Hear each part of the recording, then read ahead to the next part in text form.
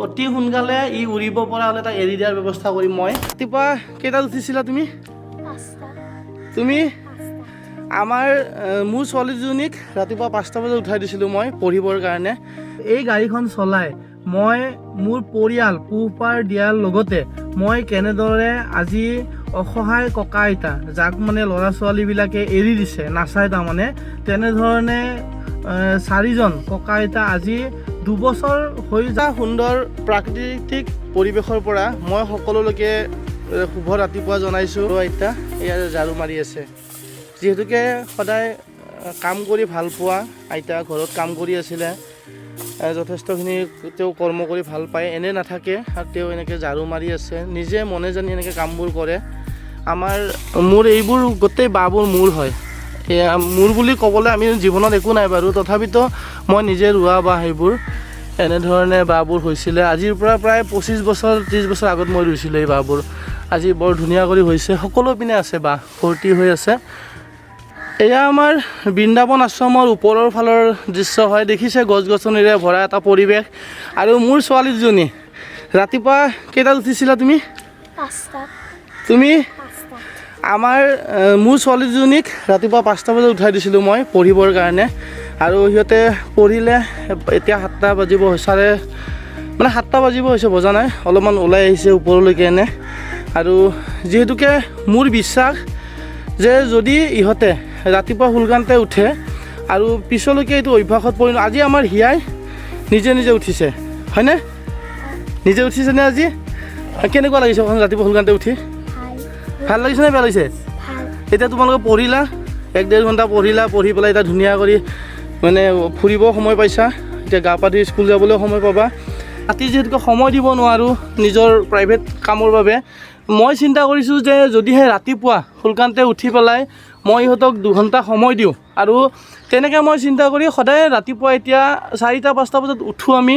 উঠি পেলাই মই সিহঁতক ৰাতিপুৱাই হৰলিক্স বিস্কুট গৰম পানী যোগাৰ কৰি দি বহি থাকোঁ, আৰু তেনেধৰণে সিহঁতে অলপমান পঢ়া শুনা যিখিনি কৰে আৰু বয়স সৰু তাৰ বাবে সেইখিনি চেষ্টা কৰি আছোঁ। আৰু মোৰ বৃন্দাবন আশ্ৰমৰ এয়া পৰিৱেশ হয়, ইমান এটা বহুত ধুনীয়া পৰিৱেশ, চৰাই চিৰিকটি আৰু দেখিছে ধুনীয়া কুঁৱলী পৰি আছে। এয়া আমাৰ অনু আইতা। হয়, এইটো কি অনু আইতা? ইয়াত ওপৰত কি আছে? এইটো ওপৰত কি আছে? এইটো অনু আইতাই তাৰমানে কেতিয়াও কেমেৰা ফালে নাচায়, সেইকাৰণে মই এনেকৈ এইটো বুলি কোৱাতে তেওঁ চাইছে। তাৰমানে এই ৰাতিপুৱা তেওঁলোকে এনে বহি থাকি ভাল নাপায়, সেইবাবে এনেকৈ কাম কৰি থাকে আৰু ভাল লাগে, কাৰণ এনেকৈ কাম বন কৰি থাকিলে তেওঁলোকৰ স্বাস্থ্য ভালে থাকিব। সেইকাৰণে তেওঁলোকে নিজে মনে জানি এনেকৈ নিজৰ এৰিয়াখিনি চাফ চিকুণ কৰি থাকে। আৰু এয়া দেখিছে, মই যিহেতুকে ঘৰটো নিজ হাতেৰে বনোৱা আছিলে, এইবোৰ পুৰণা টিং হয় আৰু এয়া ফ্লেক্স হয় আৰু সেনেকৈ এডাল বাগান ভেলি ফুল হয়, যিডাল এনেকৈ গৈ পেলাই আমাৰ সম্পূৰ্ণ গোটেই আশ্ৰমখনৰ লগত যাব। মোৰ বহুত ধুনীয়া কৰি মই প্লেনিং কৰিছোঁ তাৰ। আৰু যিহেতুকে ৰাতিপুৱা হৈ আছে, সেয়া আশ্ৰমৰ ভিতৰ চৰা। আমাৰ ৰাধে তাৰ কালি অলপমান জ্বৰ হৈ আছিলে, সেইকাৰণে মই শুই থাকিব কৈছিলোঁ। সেয়া ৰাধে আইতা বহি আছে। হয় আইতা, কি কৰি আছে? চাওঁ এবাৰ কি কৰি আছে। বিৰি না আমাৰ নাই, আমাৰ ৰাধে আইতাই বড়ো আইতা হয়, তেওঁ বিৰি খাই ভাল পায় আৰু এনেকৈ কাগজত বনাই খায়। এইফালে এজন আছে, চাব, আমাৰ উৎফ হৈছে না নাই। বাকী যি কৰে কৰক, পেনত নাহাগিব কিন্তু দেই। আমাৰ কৃষ্ণ ককাই মাহত 5 দিনমান পেনত হাগি পেলাই গোটেই গোন্ধাই দিয়ে, অৱস্থা বেয়া কৰি দিয়ে। আজি নাহাগিব কিন্তু। আৰু আপুনি চাধা খাব বাদ দিব পাৰিছেনে? পৰা নাই চাধা খাবলৈ? হে, মই কি কৰোঁ, কৃষ্ণ ককাই চাধা খাবলৈ বাদ দিব নোৱাৰে, বহুখিনি চেষ্টা। মই আৰু এটা ভাবিছোঁ, এয়া আমাৰ আশ্ৰমখনৰ যিটোকে ভিতৰৰ পৰিৱেশ হয়, আৰু এই ভিতৰৰ পৰাই এই পৰিৱেশটো হয়, এই চিনটো হয়। ইমান এটা ধুনীয়া প্ৰাকৃতিক পৰিৱেশেৰে ভৰা মোৰ বৃন্দাবন আশ্ৰম। সেনেকৈ মই যিমানখিনি পাৰোঁ, মোৰ এটাই চিন্তা যে মই যদি আন 5-10জন মানুহক জীৱিত কৰি ৰাখিব পাৰি পৃথিৱীত, অসহায় মানুহখিনিক, মই যথেষ্ট সুখী। আৰু এটাই বিশ্বাস যে মই যদিহে কাৰোবাৰ অপকাৰ নকৰোঁ, তেতিয়া মোৰো অপকাৰ নহয়। আৰু মই যদি কাৰোবাৰ বাবে ভাল চিন্তা কৰোঁ, এদিন মোৰো ভাল হ'ব।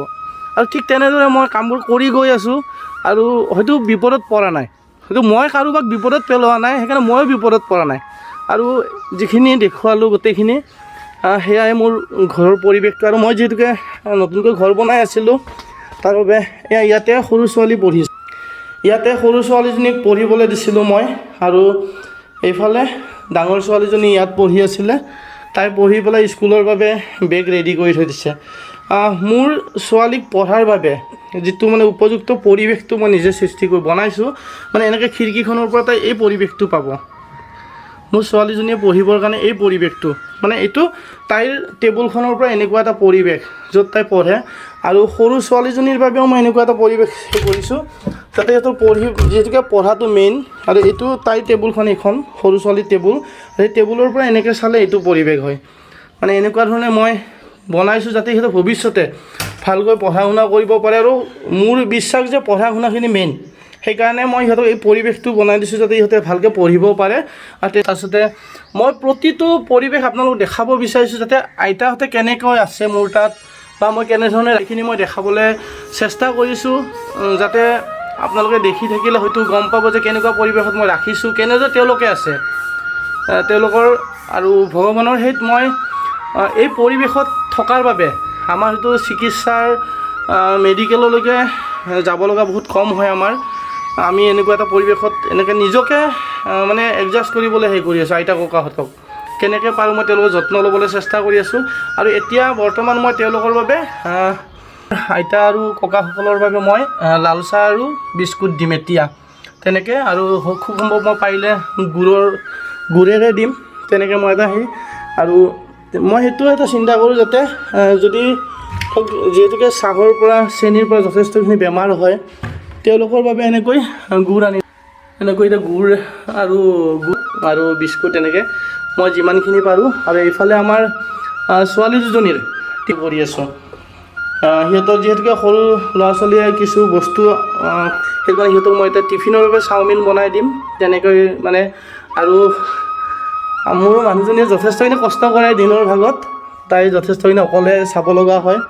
এবাৰ দেখাই দিছোঁ, তাই উঠিছে এতিয়া। আমি ৰাতিপুৱা সোনকালতে উঠিছোঁ, ৰাতিপুৱা ক'লে নহয় ছোৱালী 5টা বজাতে উঠিছোঁ।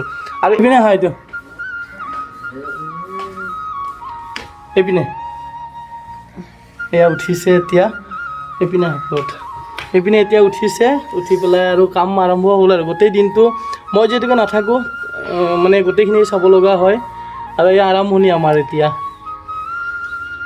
কেনেকুৱা লাগি আছে? মৰ্ণিং এনেকৈ দিছোঁ আৰু তাই ভিডিঅ' ভাল নাপায় সেনেকৈ, বাই পঢ়া অভ্যাস নাই তেনেকৈ, সেইকাৰণে যিমানখিনি মই কিন্তু মোৰ এটাই বিশ্বাস, মই যদি কাৰো অপকাৰ নকৰোঁ মোৰো অপকাৰ নহয়, মই সেইখিনিয়ে বিশ্বাস। আৰু সেই বিশ্বাসটো লৈ মই কাম কৰি গৈ আছোঁ।